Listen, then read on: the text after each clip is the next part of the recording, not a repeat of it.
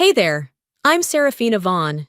You know, I thought loyalty, hard work, and sacrifice meant something, especially when it came to family. I built an empire.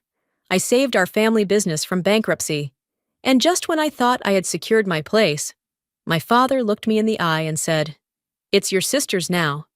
No recognition, no gratitude. Just betrayal, wrapped in a $50 bill, tossed onto the table like a tip for a waitress. But that wasn't the worst part. The worst part? They had been planning my downfall for years. They stole my work, erased my name, and when I fought back, they tried to destroy me completely. The Vaughn family dining room was the picture of elegance: pristine white linens, polished silverware, and a chandelier casting its golden glow over the mahogany table.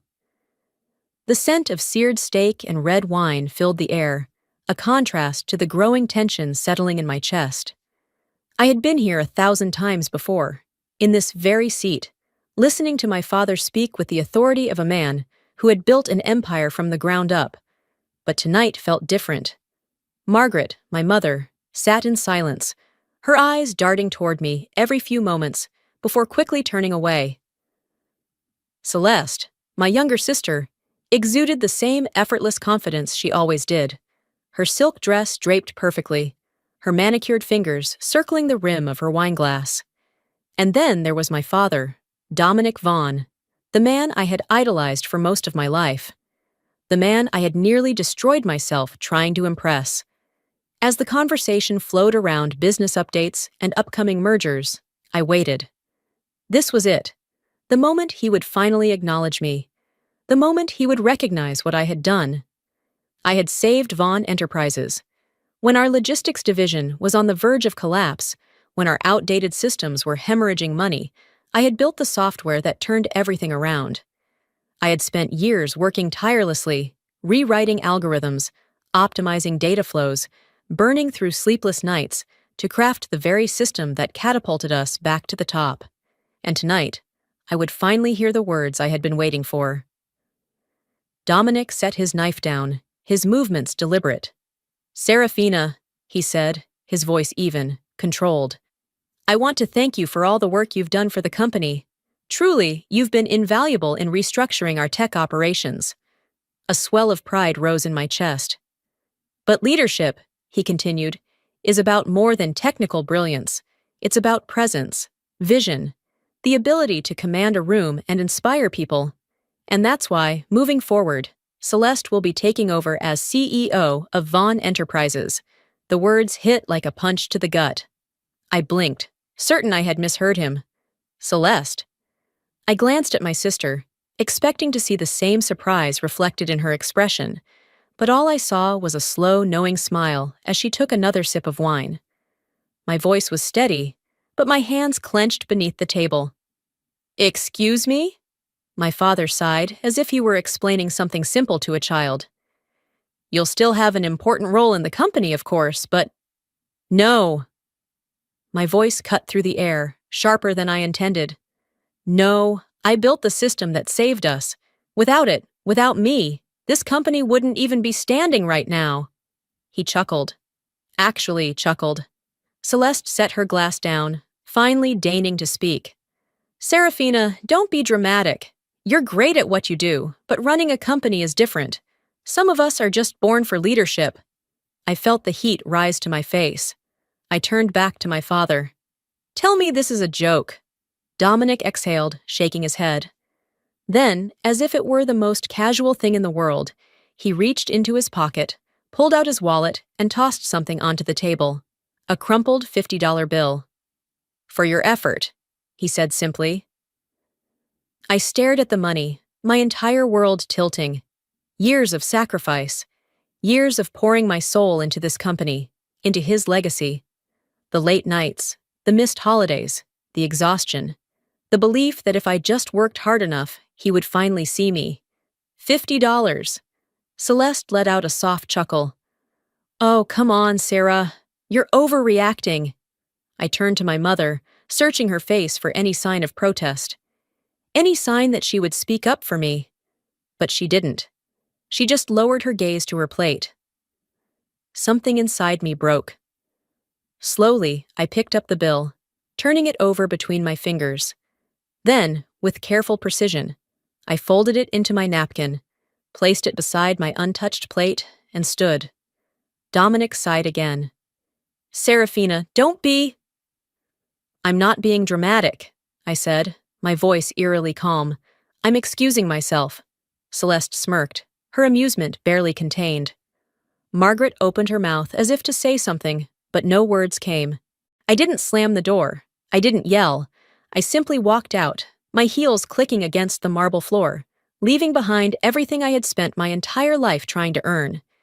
They thought they had won. They had no idea what was coming.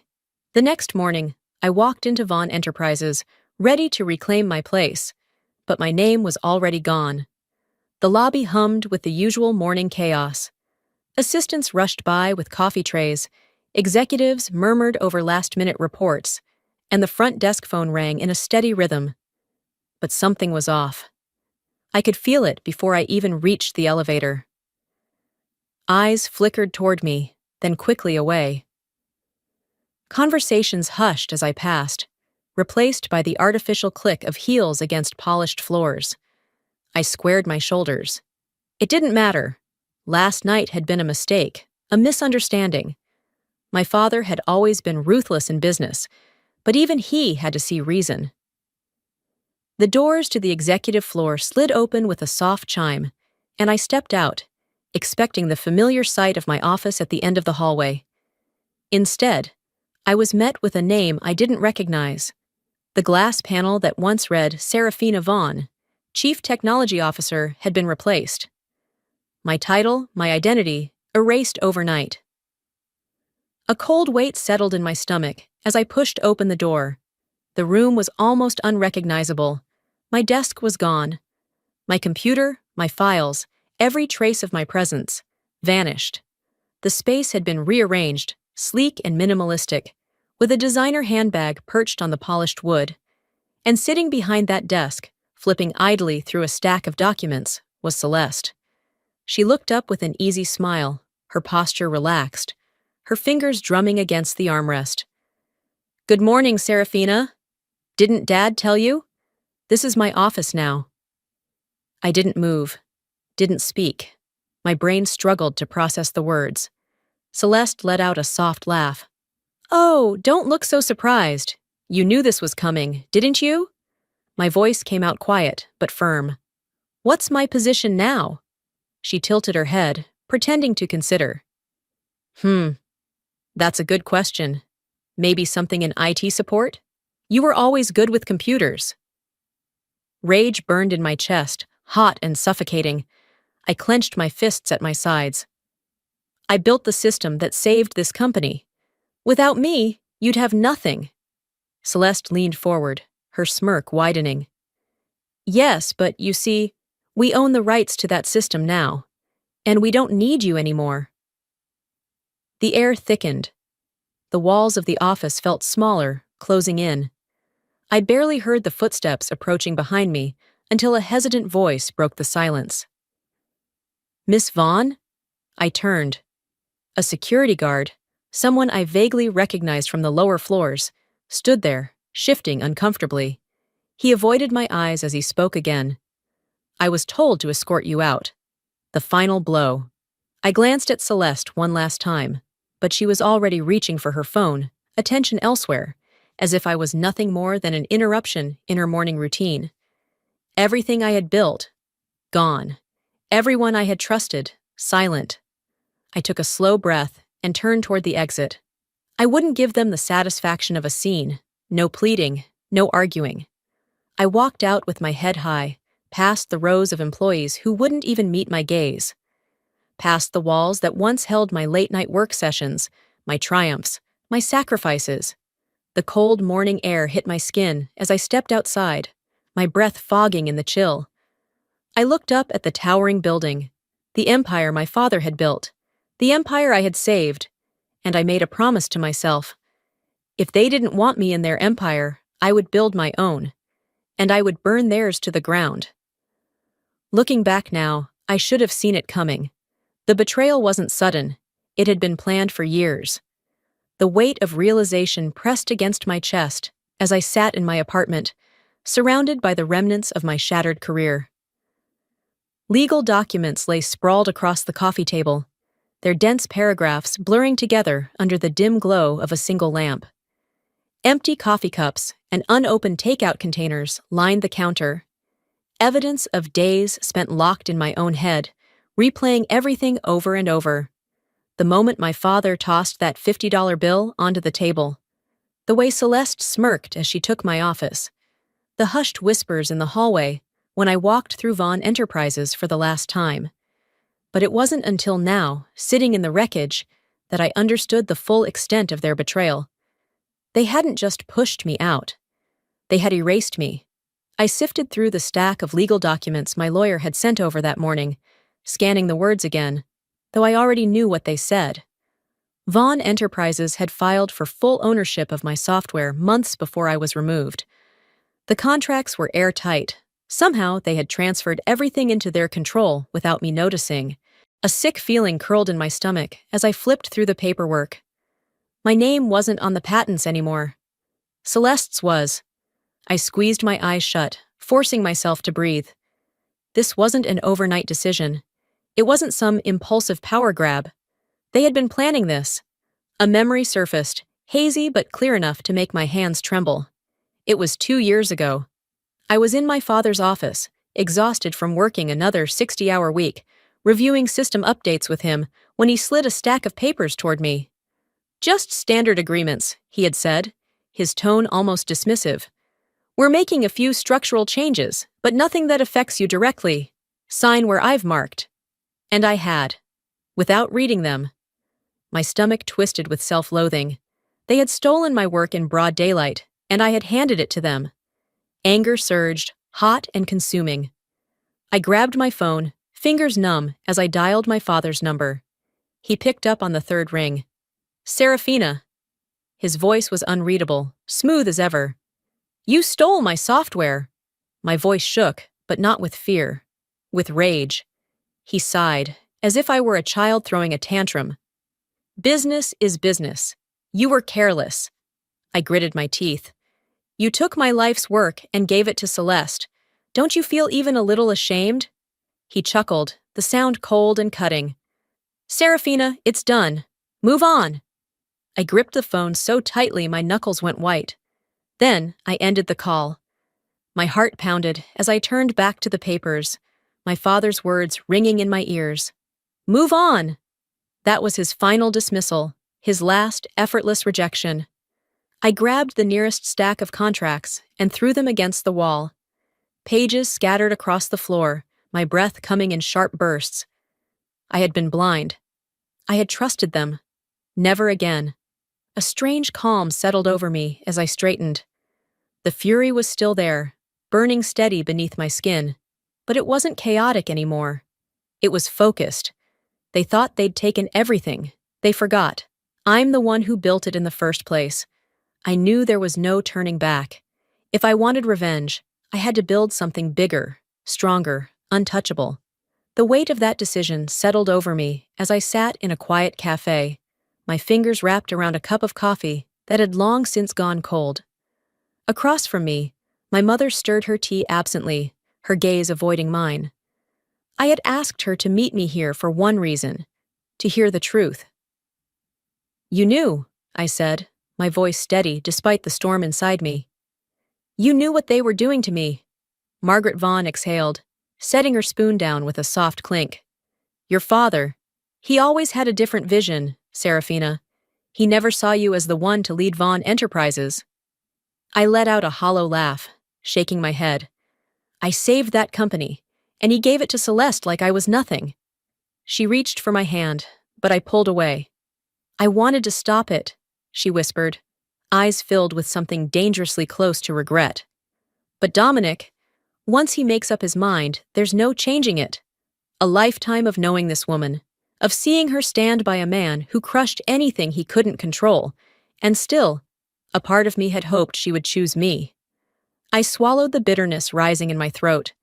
"If you're not with me, then don't expect to be part of what comes next." Her lips parted, but she said nothing. And in that silence, I knew. I was truly alone in this fight. I stood, dropping a few bills on the table, before walking out into the cold Chicago air. Alone, but not broken. That night, I started reaching out. To the people who mattered. The ones Vaughn Enterprises had discarded, just like they had discarded me. Matthias Reed, our former CFO, who had kept the company afloat in its worst years before being pushed out when Celeste brought in one of her useless networking friends. Vera Holt, a data analyst who had built the company's predictive models from the ground up, only to be let go when she questioned Celeste's reckless spending. Cassian Ford, the lead engineer who had helped me design my software, the only other person who truly understood its intricacies. We met in the back room of a small cafe, far from Vaughn Enterprises and its long-reaching influence. The air was thick with unspoken frustration, with old wounds that had never healed. Matthias leaned forward, his expression sharp. "We know what Celeste is doing to the company.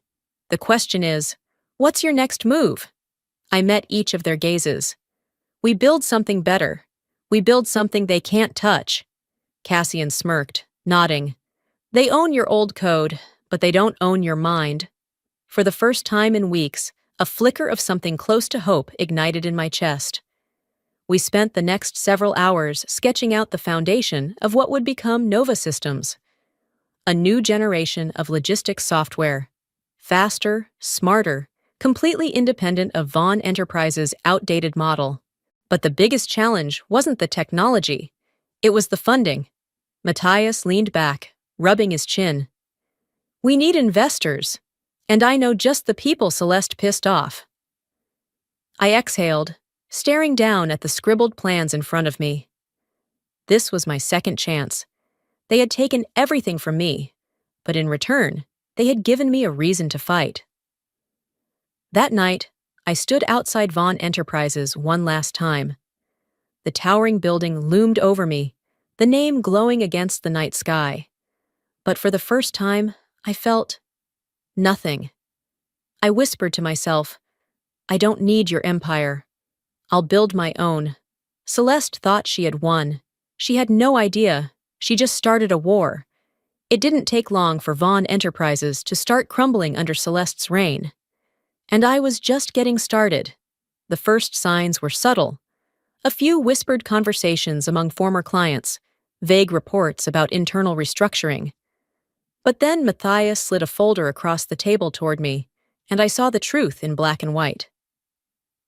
"Vaughn Enterprises is hemorrhaging clients," he said, his tone even, though I could see the satisfaction behind his eyes.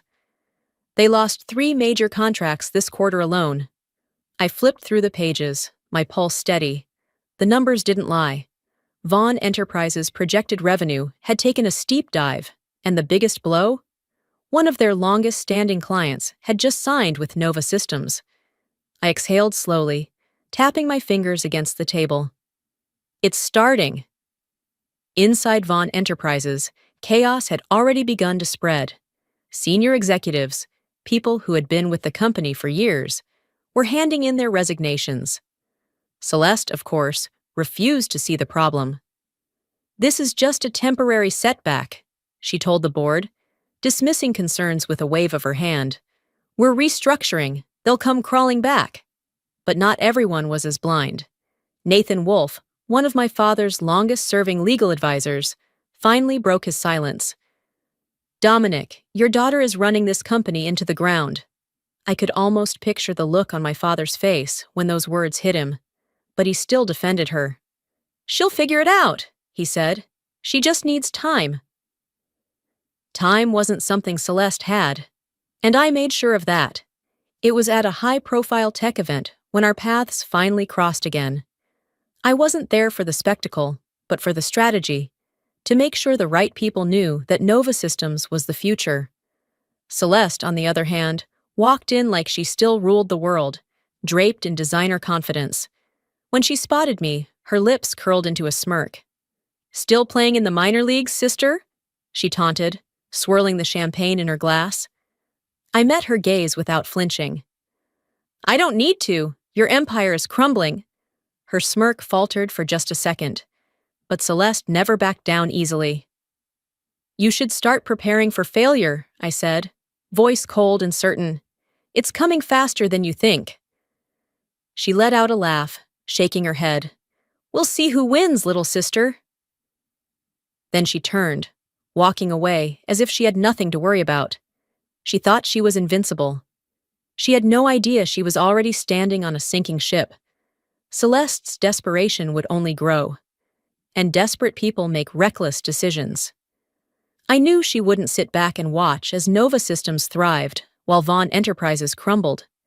She had spent her life believing she was entitled to success, convinced that her name alone guaranteed her victory. But the world was starting to see what I had always known. Celeste was nothing without people like me cleaning up her mess. And now, there was no one left to save her. I woke up to a notification flood on my phone. News alerts, emails, frantic messages from Matthias. Something was wrong.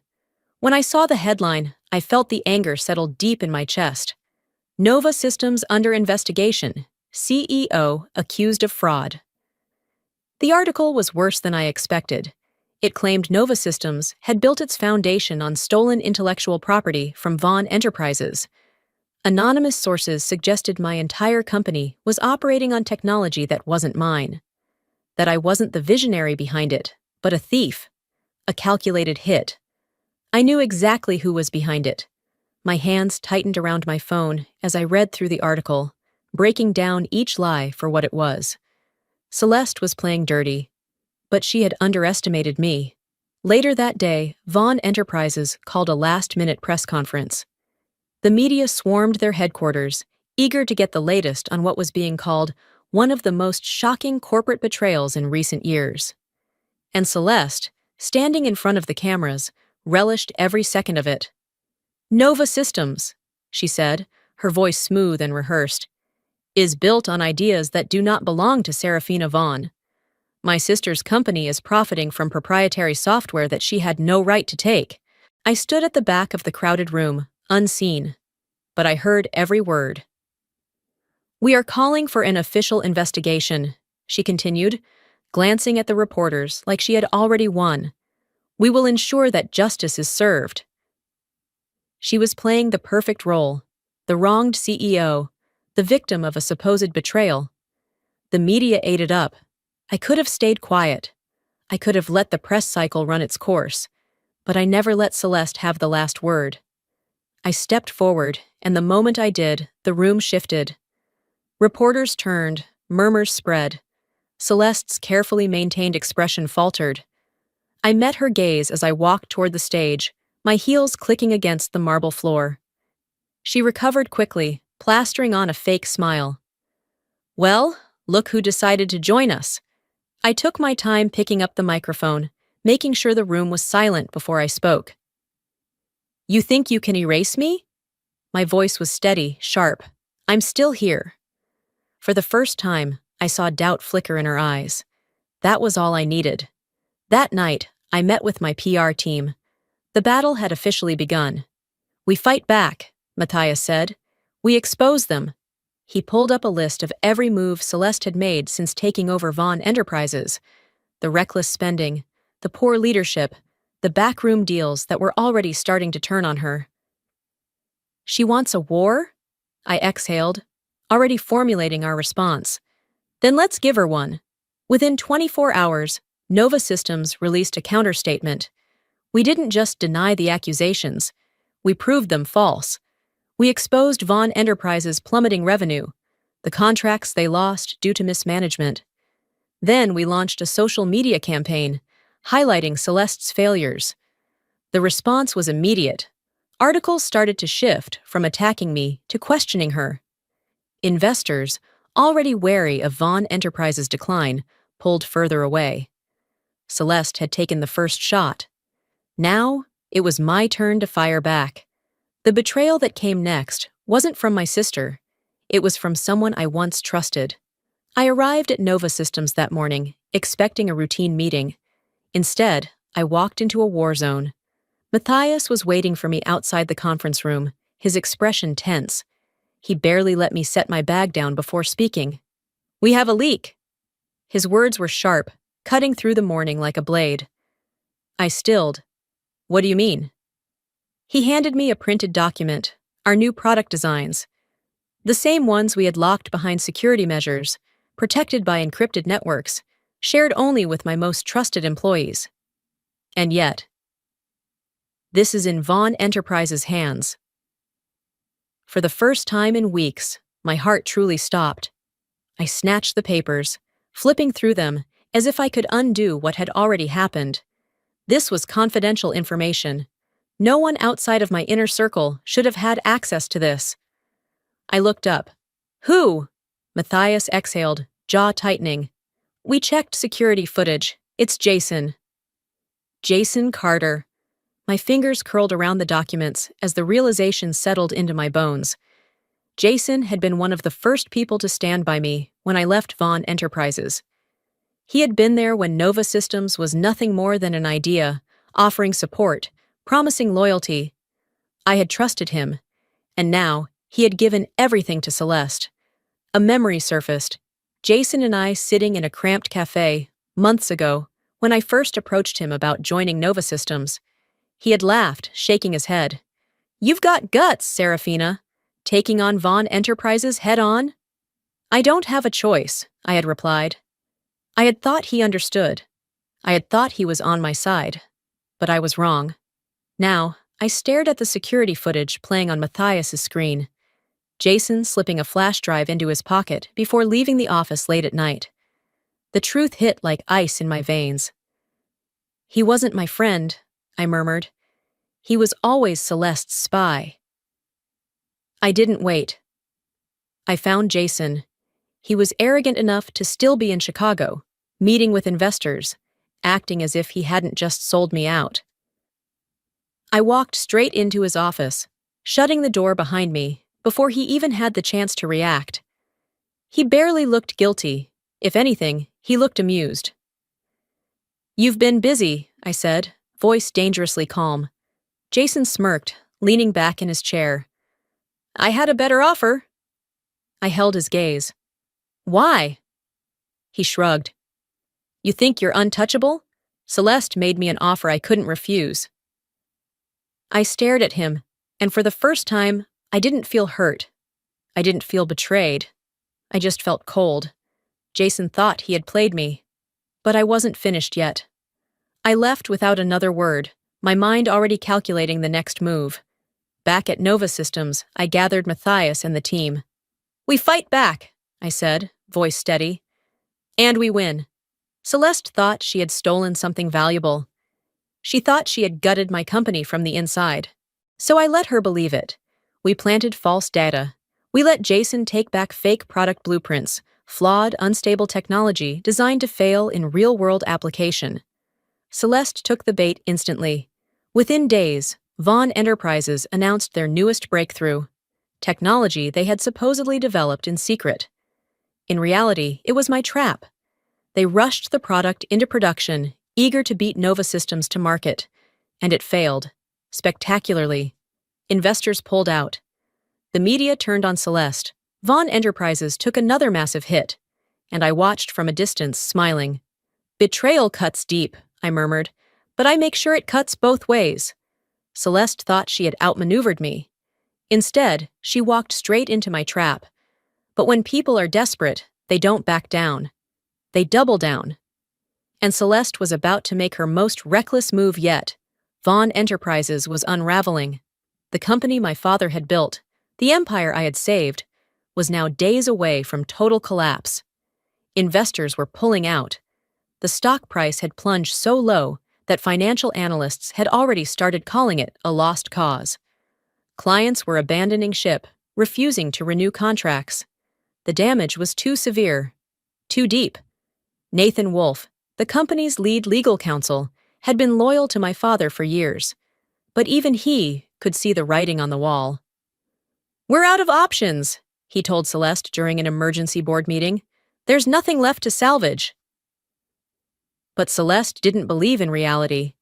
She refused to see the cracks forming beneath her feet. "This isn't over," she snapped. slamming a stack of documents onto the table. We just need to be more aggressive. We need a new strategy. Nathan leaned back, unimpressed. Celeste, this is over. The company is broke. No amount of spin is going to fix that. She glared at him, as if sheer willpower could change the truth. But it couldn't. I had made sure of that. So when Celeste walked into my office at Nova Systems later that evening, I wasn't surprised. But I was amused. She was a shadow of the woman who had once stolen my company, my title, my future. The smug arrogance was gone. Her designer dress was still impeccable, but there was an unmistakable tension in her face. For the first time, Celeste looked tired. She dropped into the chair across from my desk and exhaled slowly. You have to stop this, Serafina. I leaned back, watching her carefully. She wasn't here to fight. She was here to beg. I tilted my head. Stop what? She let out a humorless laugh. You know what? You've won. Vaughn Enterprises is finished. Just let it go. I didn't move, didn't blink. No, Celeste, I said quietly. You lost. She flinched. For years I had imagined this moment. I had dreamed of watching her break. And yet, as I sat across from her, I felt nothing. She sighed, running a hand through her hair. I was just trying to survive, she muttered. You don't understand what it's like to be in my position. To have... I held up a hand. Don't. Her mouth snapped shut. You made your choice, Celeste, I said, my voice calm. Now live with it. She stared at me, her lips pressing into a tight line. Then, without another word, she stood and walked out. And I thought that was the end. I was wrong. An hour later, my attorney burst into my office. Vaughn Enterprises just filed a lawsuit against you, she said, breathless. It's from Dominic. My pulse remained steady. For what? He's trying to block Nova Systems from acquiring any of Vaughn's remaining assets. He's claiming that you signed contracts years ago that still bind you to Vaughn Enterprises. I exhaled slowly. Dominic Vaughn. Even at the very end, he still clung to his delusion of control. I knew exactly what contracts he was referring to, the same ones he had tricked me into signing years ago when I was still naive enough to trust him. The ones that had stolen my software from me. I could fight this in court, drag it out, spend years entangled in legal battles with a company that was already dead. Or I could end this, right now. The next morning, I made my final move. Instead of fighting Dominic's lawsuit, I bought out Vaughn Enterprises' remaining debt. I didn't just defeat them, I owned them. Legally, I forced Vaughn Enterprises into liquidation. It was over. That evening, I received one last phone call from my father. His voice was tight, controlled. You're destroying your own family name. I let a bead of silence stretch between us. Then, quietly, I said, No. You did that a long time ago. And then I hung up. The name Vaughn Enterprises would disappear forever.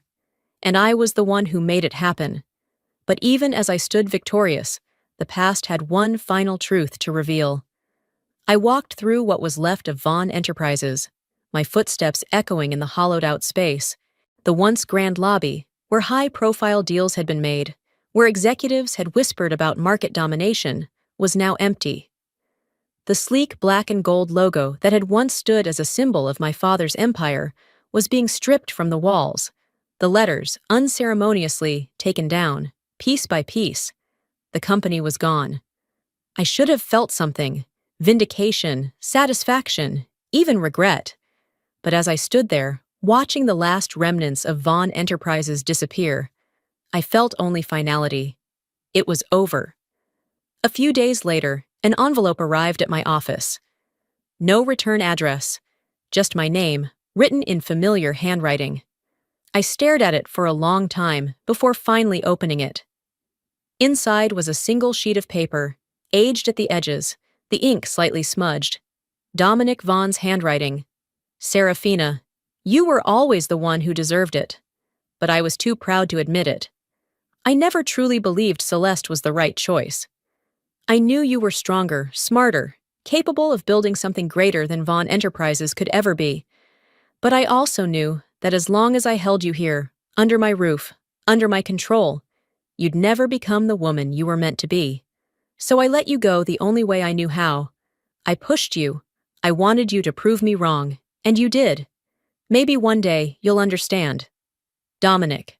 I stared at the letter, my fingers tightening around the edges. This wasn't an apology. This wasn't a plea for forgiveness. This was justification. Even at the end, my father believed he had orchestrated everything, that his cruelty, his betrayal, had somehow been a lesson. I folded the letter carefully and placed it in my desk drawer. I wouldn't burn it. I wouldn't frame it. It would sit there, forgotten, just like the man who wrote it. A few days later, I met them, Dominic and Celeste. One last time. It was strange seeing them like this. My father, once an unshakable force in the business world, now looked small. His once pristine suit hung loosely on him, his face aged beyond his years. Celeste sat beside him, her usual arrogance dulled, though she still held herself high, as if pretending she was still untouchable. But we all knew the truth. They had lost. Celeste exhaled, crossing her arms. "Are you happy now, Serafina?" Her voice was hollow, edged with resentment. I met her gaze, my expression unreadable. "I didn't destroy you. You did that to yourselves." A bitter laugh escaped her lips, but she said nothing. Dominic cleared his throat. "We could rebuild," he said, as if the past year had never happened. As if he could erase the war between us with just those words. We could start over, together. I didn't hesitate. No. A flicker of something, defeat, crossed his face. "Some things," I said quietly, "are meant to end." And with that, I turned and walked away. For the first time in my life, I wasn't looking back. A week later, I stood at the top of Nova Systems headquarters, watching the city stretch out before me. This company, this empire, was mine. Not stolen, not gifted, not handed down. Built. By me. For the first time in my life, I was truly free. As I stand here today, looking at everything I've built, I realize something important. Power isn't given, it's taken. Respect isn't handed to you. You earn it. And sometimes, the best thing that can happen is being forced to walk away from something that was never meant for you. This journey wasn't just about winning a corporate war. It was about proving that self-worth isn't defined by family approval or past failures. It's about knowing your own value, even when the world tries to diminish it. If there's one thing I've learned, it's this. No one can take away what you create with your own hands. They might steal your ideas, betray your trust, or try to rewrite history, but as long as you keep moving forward, they will never own your future. So, to anyone watching who's ever been overlooked, underestimated, or told they weren't good enough, don't let them decide your story. The people who try to bury you forget one thing. You are the seed. What do you think? Have you ever been in a situation where you had to walk away to find your true power? Let me know in the comments. I'd love to hear your story. And if this video resonated with you, drop a 1 in the comments or tell me where you're watching from. And don't forget, hit that subscribe button so you never miss another powerful story. The best is yet to come.